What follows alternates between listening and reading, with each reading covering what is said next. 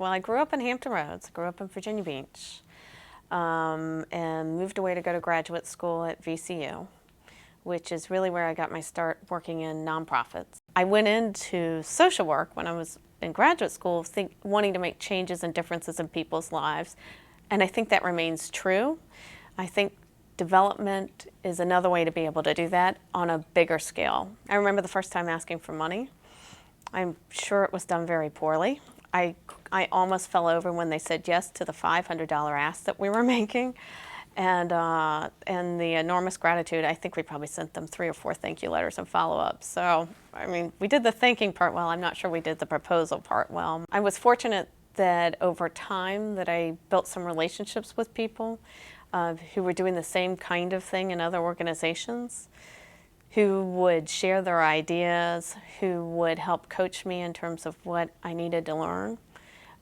Board members who were very giving of their time and willing to offer some training and some coaching, make introductions.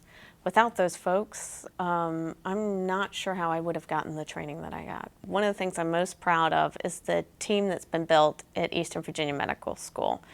When I look around our office, the talented, committed people who are around me, every day I'm thankful for.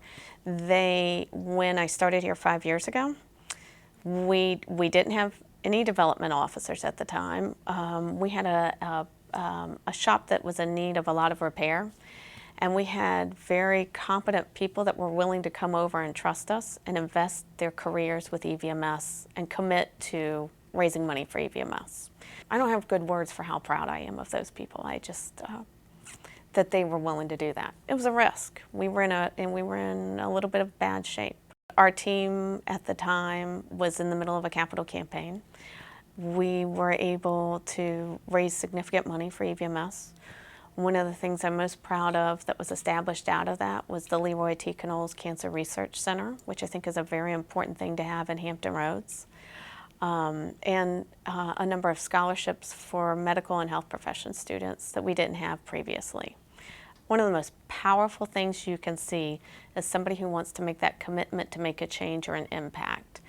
And being able to see the organization and the person come together is just, I think it's an amazing process to see happen. But if you have a committed group of folks who are willing to be those leaders, to pull people together, to pull people of the younger generation into the process, I think that's very important for a community like Hampton Roads. Things just wouldn't happen without that core to say, here are the issues, let's invite people into the conversation and start to make a difference in terms of the impact we can make in our community.